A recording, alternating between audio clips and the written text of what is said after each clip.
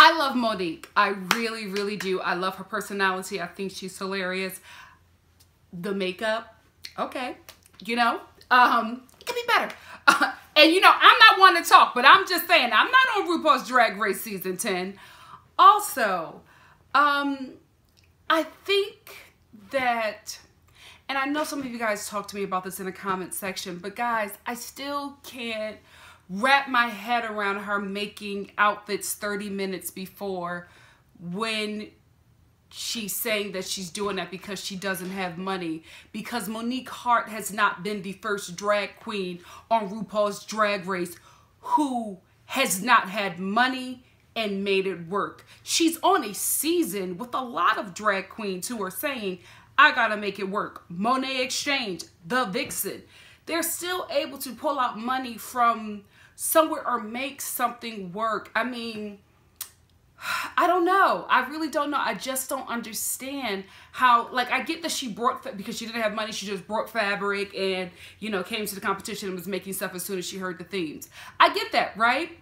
But then you can't complain about being safe, because this still isn't adding up, that you don't have the money, so you brought fabric so you can make the outfits before the runway. It's just not adding up to me, because I'm sorry, I don't have a lot of money. You know what I mean? I'm a full-time actress, so that means the money that I get from my jobs, I have to hold on till I get another job, right? Acting has made me being a full-time actress has made me very resourceful, okay? Everything, almost everything in my closet, guys, the fabulous garments that you love, I brought on clearance. I found discount codes. I found it at a cheaper place and bargained the seller of the outfit that I wanted, bargained them down, because I said, this person sells it cheaper. I've signed up for subscriptions to get free shipping. I've done what I had to do. I bought things on Poshmark. I bought things on eBay. I've never paid full price. Well, I have, but I'm just saying, for the things that I have now that I have been attaining, because my budget is not what it was when I was working, you know, the full-time job that I had, and I was making like $5 grand a month. You know, just saying that wasn't a lot, but I was young, so that seemed like a lot of money. Anyway, I said all that to say, I just don't understand. I just don't understand. It's like, you can't use I don't have money excuse, because there are drag queens who are going through the same thing, but they're making it work. Monet Exchange.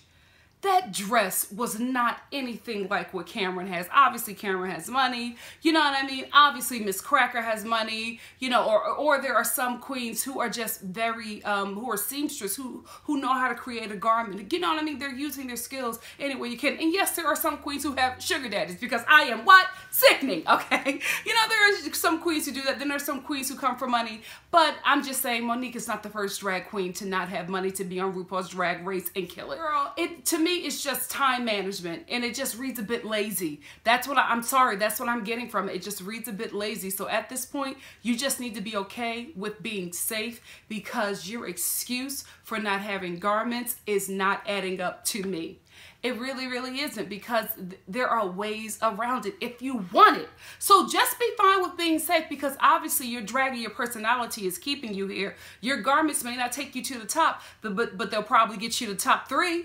So just be fine with that, but please, sis, stop complaining, because the more you keep on talking about not having money, the more people are going to start poking holes in your argument. So the library is open. This episode is packed full of challenges that are like really like big challenges, and I'm happy for that. I'm happy that for our mini challenge we're getting the reading challenge, and then for our maxi challenge we're getting Snatch Game. I forgot, I was about to say Snack Game. But I'm excited about that. So this is a really good episode. I don't know. Have we always had the reading mini challenge on the same challenge as the Snatch Game, or like a big maxi challenge? I don't remember that. But I mean, I like the fact that they're doing this, like giving us, you know, the big challenges in one episode. It lets me know it's going to be a juicy episode, and I'm here for it. Now let's get to reading. Cameron, stay pretty, baby. Reading, not for you. Aquaria was brutal. Sweetie, why did you come at Monique like that? I think she got a birthmark. Hater. Asia, nah. Eureka was good. I'm sorry. Do you have a housekeeper? Because that kitchen is a mess. Thank you. And then I can't wait to hear all of your reads about me being fat. Eureka came to win, y'all. I'm sorry. Eureka came to win. Maybe that's why she's getting this, like, you know, like this edit. You know what I mean? I think it's because she's winning. Or maybe she's going to be in the top, but I don't know. Her edit is like, she came in as like kind of a villain, and now she's just had this whole rebirth, and everybody loves her. We love the change that's going on, and she's just sweet, and she's funny, and she's stepping up in challenges. I don't know. She might be taking this crown. Stay woke. Miss Cracker was good, but Miss Cracker was good in a Miss Cracker way. You know what I mean? The Vixen was okay, but that read on Cameron, come on. We're all thinking it. So far, I feel like Monique got this. Monet hasn't went yet, but I feel like Monique did some good reads. She did some good reads. Monet was good too, but I don't know. I feel like Monique may take it. But I don't know. They all seemed, some just kind of rose to the top for me, but it didn't. I wasn't like gagging, so we'll see. Eureka wins. I'm not surprised. I think it was a well-deserved win. I think the last line of "now you guys can do all your reads about me being fat," I think that solidified the win for her. And I'm not mad at it. I'm telling y'all, she won to watch. She won to watch. The Vixen. Sis, I love you. What is your problem? Like, Eureka wins, she does like this stank face, and then Eureka makes like this comedic joke, like, I'll make all this weight, baby. I'm just waiting for y'all to win something. Like, it's like, come on, Vixen. I'm just waiting for you to go home. I can't take it no more. I can't, y'all. I was riding with her because that exchange that she had with Aquaria during Untucked was so good. It was so good. It was so necessary. It brought up a very important conversation that just needs to be had, period, in the straight community, in the gay community. It just needed to be had, right? And it really started something, and I got it. I got her. I love that her drag is black girl magic, but I'm sorry. You ain't representing black women correctly. You know what I mean? And you got to stop that. If you're going to put black girl magic on something, represent us right. Do us right. This pissed off at every and anything. I'm done with it.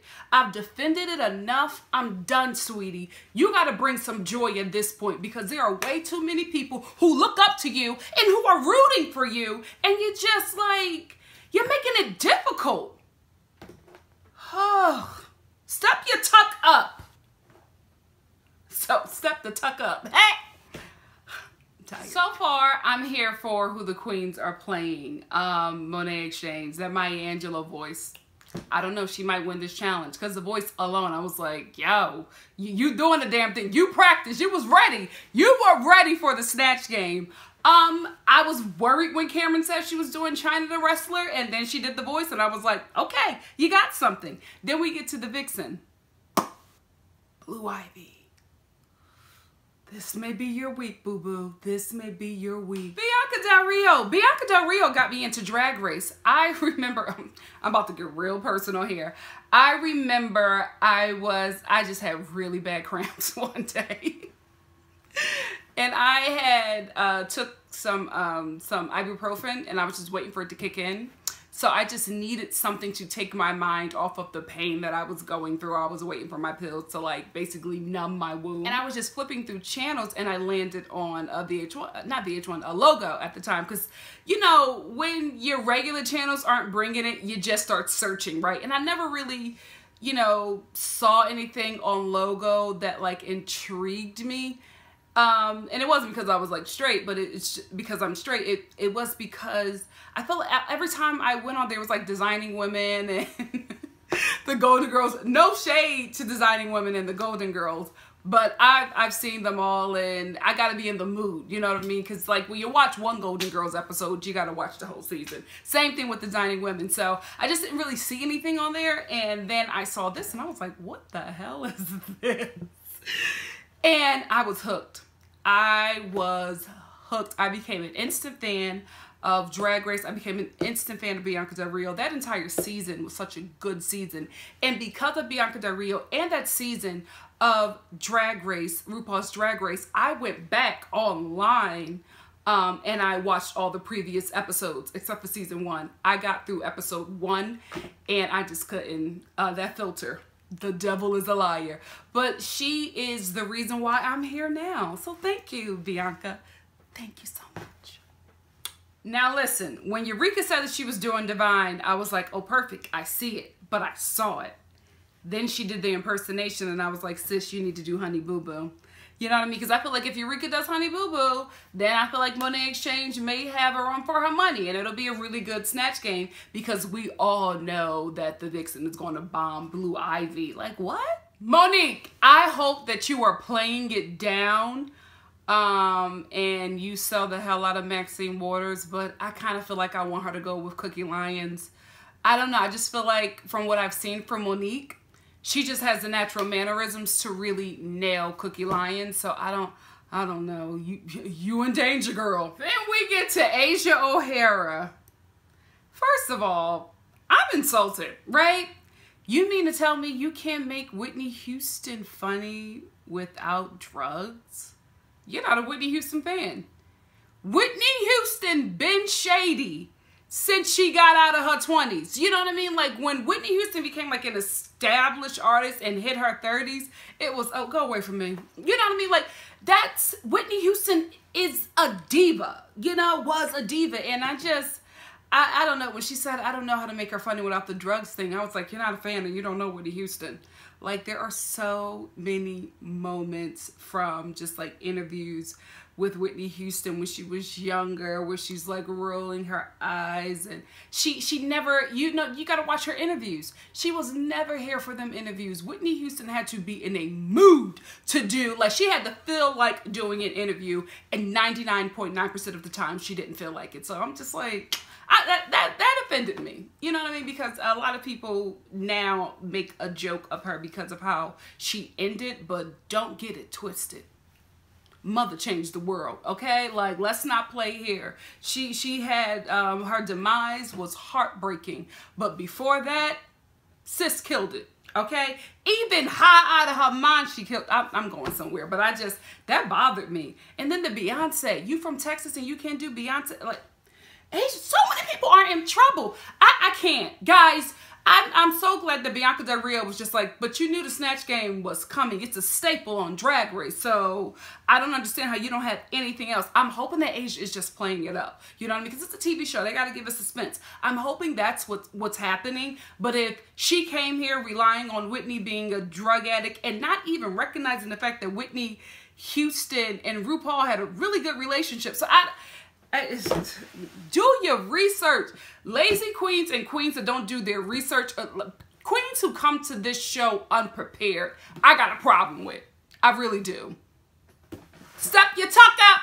So I don't know anything about Dorothy Parker, to be quite honest with you, but that doesn't mean that because the audience doesn't know who this character is, it doesn't mean that they can't give us like a fun character. You know, I've seen countless like Drag Race shows where it's like a lot of the audience hasn't known who the actor was or the comedian or so was, and I knew, and I was like dying laughing, not just because they were doing a great impersonation, but because the character was just funny. You know what I mean? So I don't know. I get sometimes that Miss Cracker's humor can be very dark, but it's also very heady. You know what I mean? And I think that's her issue as well. And I feel like if she can make it not, I don't want to take away the darkness from her humor, but just, you know, take it medium, right? And don't be so heady. She got this. I'm very interested to see Dorothy Parker. I don't know anything about her, but I know that Miss Cracker is a ridiculous performer, so I know she's going to pull it off.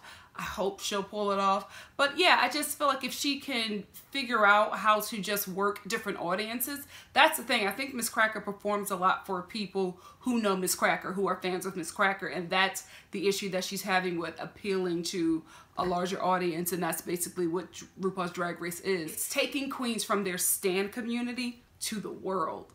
And that's what you want if you want to live off of this, you know what I mean? So, I don't know. I'm kind of concerned, but knowing the kind of performer that Miss Cracker is, I'm like, she got this. Whoo! Asia is going with Beyonce, and her and the Vixen are planning some kind of bits because the Vixen is Blue Ivy, and it's a recipe for disaster. And also Monique Hart, I'm sick of these drag queens coming for grades. Beyonce has a personality. See, this is, when you're not a part of the same community, you don't know. Miss Beyonce, Queen Bey, has a very interesting personality. She just doesn't show it to peasants. Step your tuck up. I'm gonna make it a thing, guys. I'm gonna make that a saying. Just wait. Audra McDonald is gonna be helping to judge the Snatch Game along with Kate Upton. You can come to Drag Race and be around LGBT people, but you got a problem with black men taking a knee? I see you saying.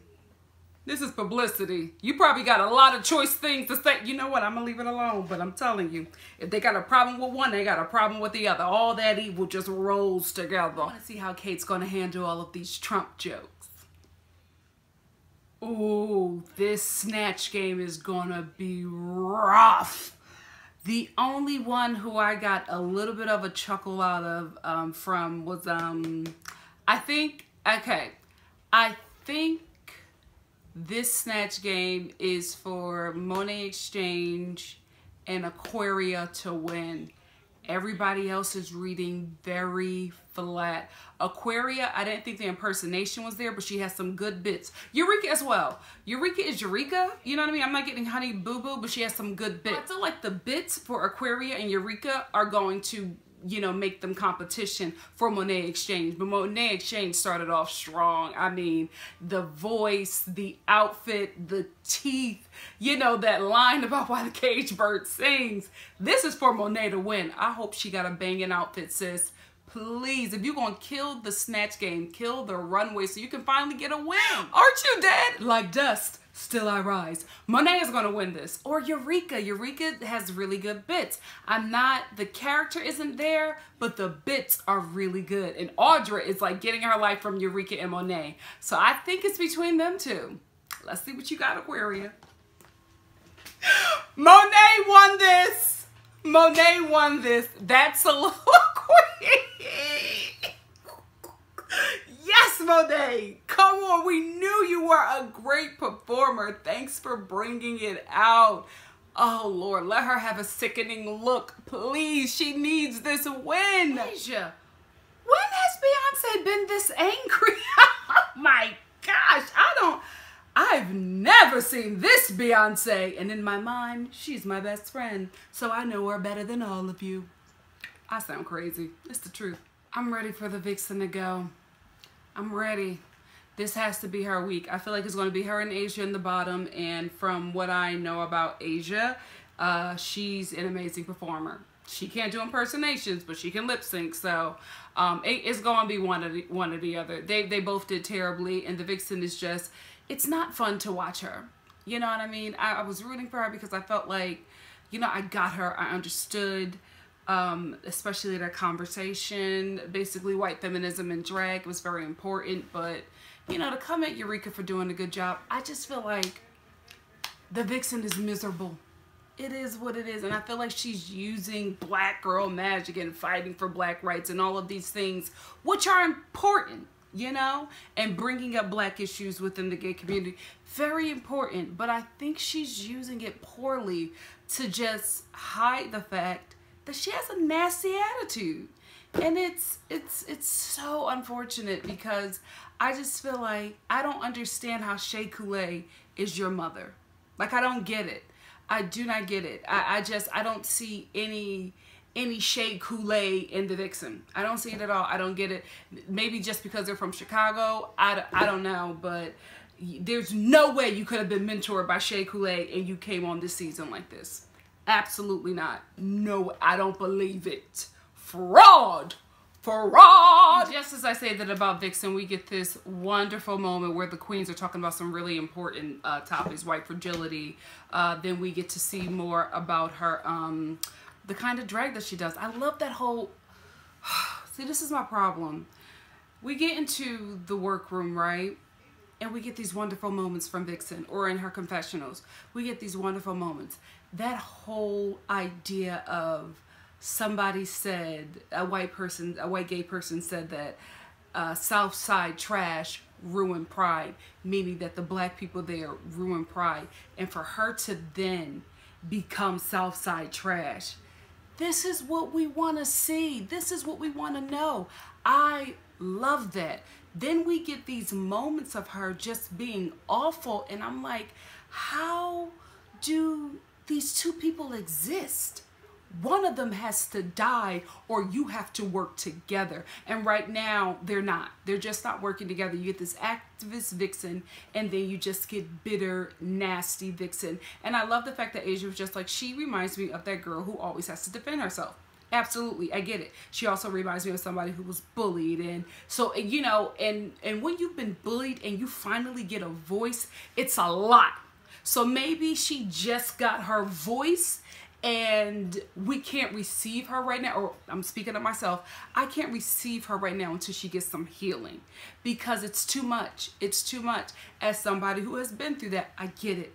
I get it, but I've healed, I've grown, I know how to manage, you know what I mean? Vixen isn't there yet, and it's unfortunate because this whole conversation was important, and I feel like her presence brings these things up, and I'm still just like, I'm overwhelmed with emotion about the whole Southside trash thing and her putting that on and wearing that. I think she's a great performer. I just think she has some issues she has to work through before she can really take this talent to the world, because where she's at right now, I feel like she'll ruin it for herself.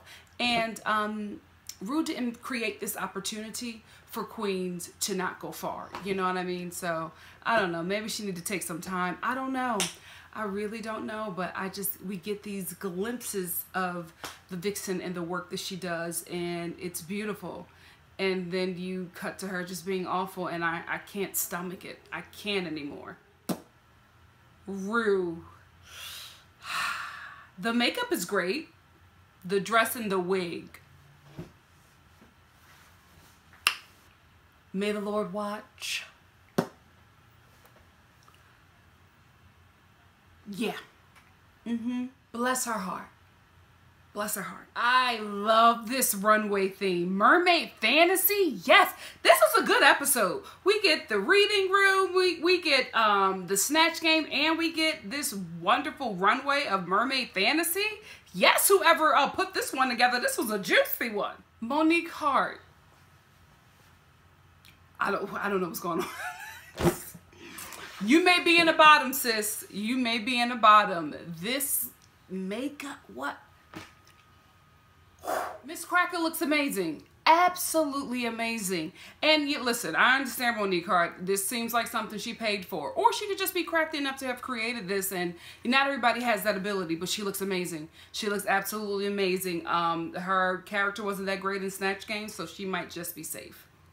Why are they in wheelchairs? I guess because they can't walk, but it just takes away the runway for me. I wish they could have figured something else out, but I'll take it. Aquaria is going to be in the top tonight. I feel like it's going to be, I haven't seen Monet Exchange yet. I hope she pulled out something great, but I think her and Monet Exchange are going to be in the top, and it might just go to Monet Exchange if she has a much better look. But Aquaria looks great, and her Melania was great, so she just may be the winner as well.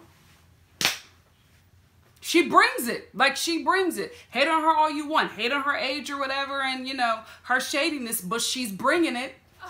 I don't know how to feel about Asia O'Hara, because I feel like she's wearing a mask. You know what I mean? It's not like Nina Bonina Brown, who actually created the looks that she will wear. So I don't know. Like, if it's not a mask, then go, girl. It's still just, I don't know. I'm not feeling it. I'm not feeling it. But maybe it's because I feel like it's a mask. I hope not. But yeah, I just don't know. It doesn't look, even without the mask, I just don't feel like it's, I don't know. I don't like it. I don't like it. Asia, what's going on with you this episode? The Vixen, I hope you have something under that tail that will help you lip sync and tumble tonight, because baby, you in the bottom. Wig though, I feel like this is the best wig she's ever worn. Hope she don't wear it out the door. I said it. Monet, I don't like it. I don't like it. This win may go to Aquaria or Eureka. Let's see what Eureka does. This was for you to win, girl. Maybe, I don't know. Maybe the judges may like it and she pulls out a win. I don't know, but I'm disappointed because I feel like she did such a great job in the Snatch Game, and she really needs a win, you know, for her confidence. But, oh, man. I hate Eureka's mermaid outfit. The neck up, I'm loving it. And I even love the little gag with the blood. I'm loving it. I love the nails. I get what she's saying. I just don't, I feel like it's the mesh. It doesn't work. And it was the same thing for Monet Exchange. The mesh just doesn't work. If you're not going to do an Asia O'Hara kind of mesh, don't do mesh. You know what I mean? It just throws off the look. But from the neck up, amazing. Love Cameron. I didn't like it. And I think the only reason why I don't like it is because I expected more. What Cameron showed on this runway, I was just like, I feel like if it was maybe on Monique Hart, I would like it because I would be like, okay, well, you made it 30 minutes before. But what Cameron is wearing, after you showed me that freaking bird, you know what I mean? Like, after you showed me Maleficent's twin sister, you can't bring this. You know what I mean?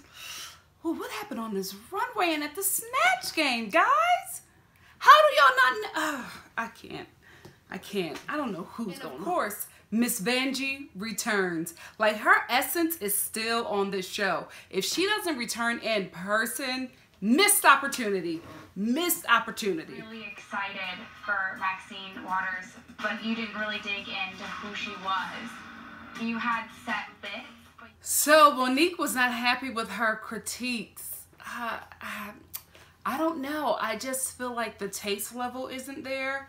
And it's unfortunate that she can't see what the judges are talking about. You know what I mean? It's like the makeup and then this outfit and the laziness with not preparing your outfits. Listen, even if you had the fabric, right? You could have made the outfits at home and had some tailoring done to it, especially if you're making them 30 minutes before. You could have made them 3 weeks before. No sympathy. No sympathy.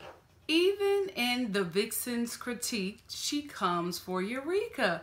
What is it? Are you just mad that she's winning?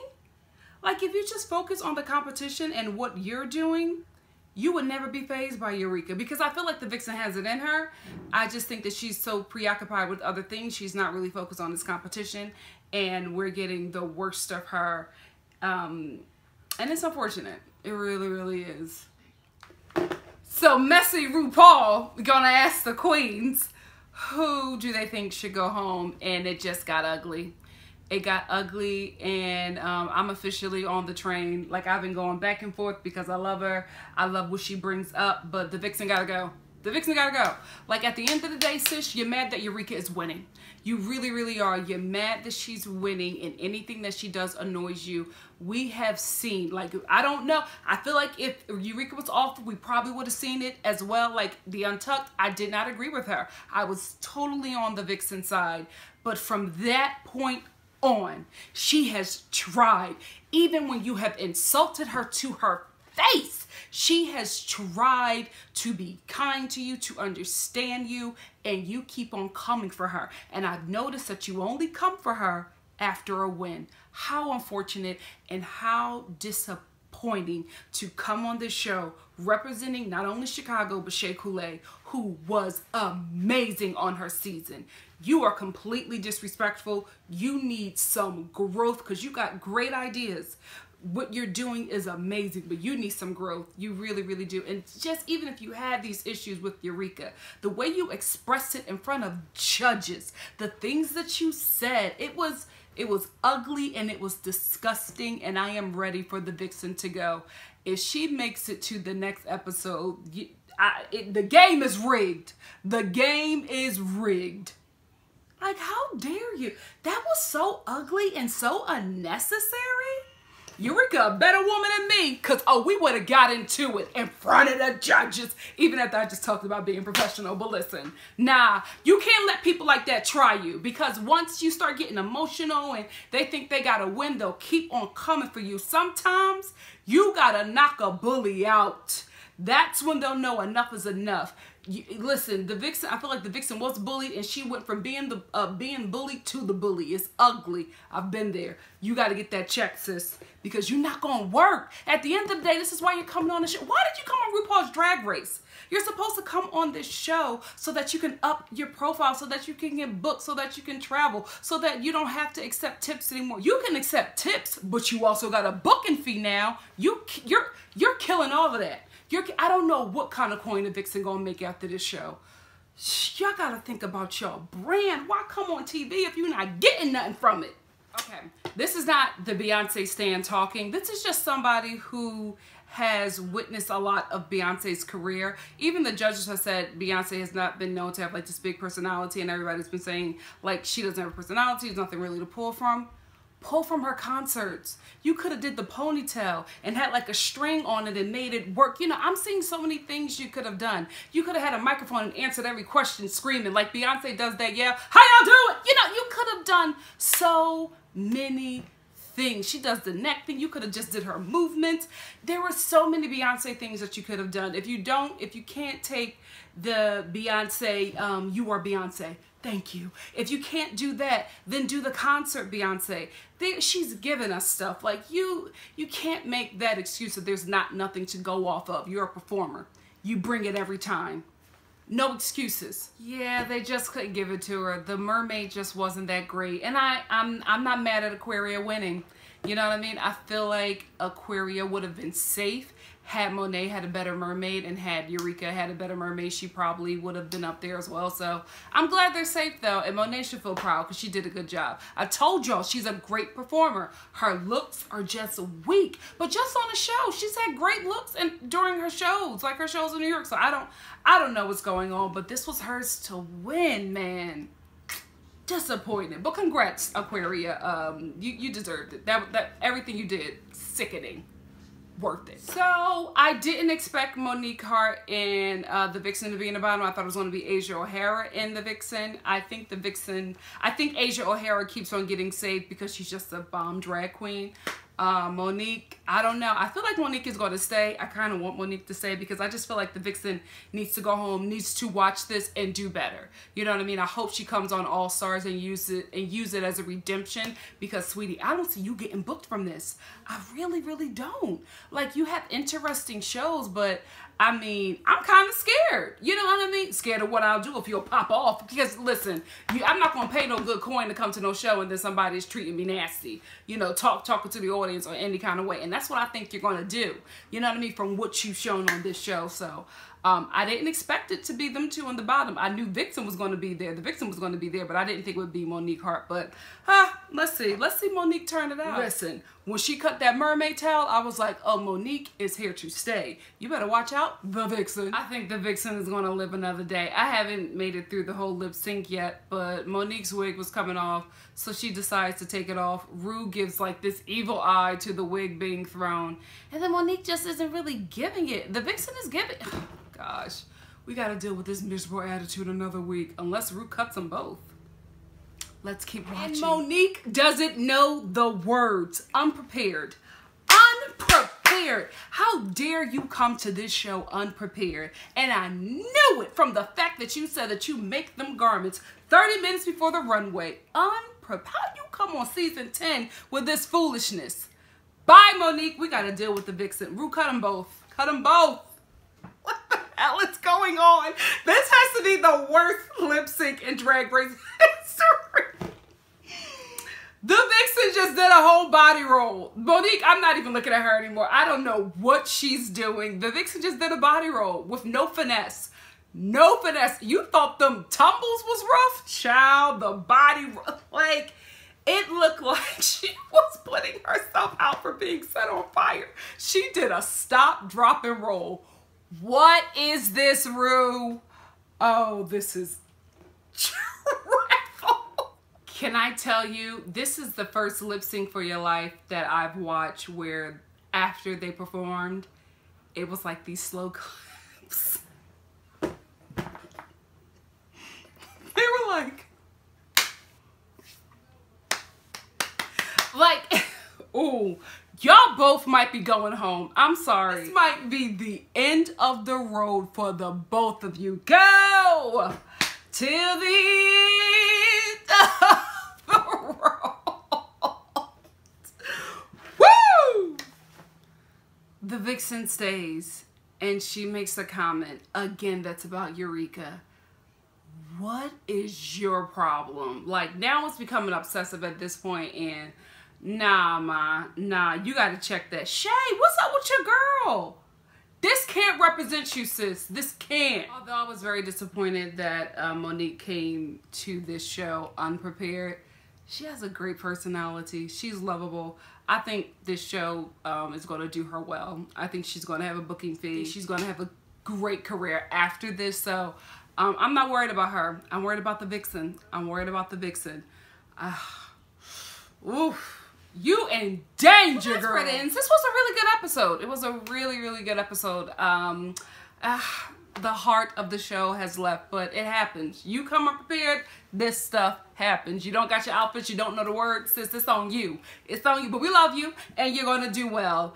I enjoyed this episode. I really, really did, aside from Vixen's shady mess, but it was still a really fun experience, and I hope you enjoyed it as well, and I hope you enjoyed watching me review it. But please stay tuned for Untucked, because I know that Untucked is going to be messy, and I'm reviewing it as well. I'm going to put it somewhere in this box, so just look for it and just click on it or whatever.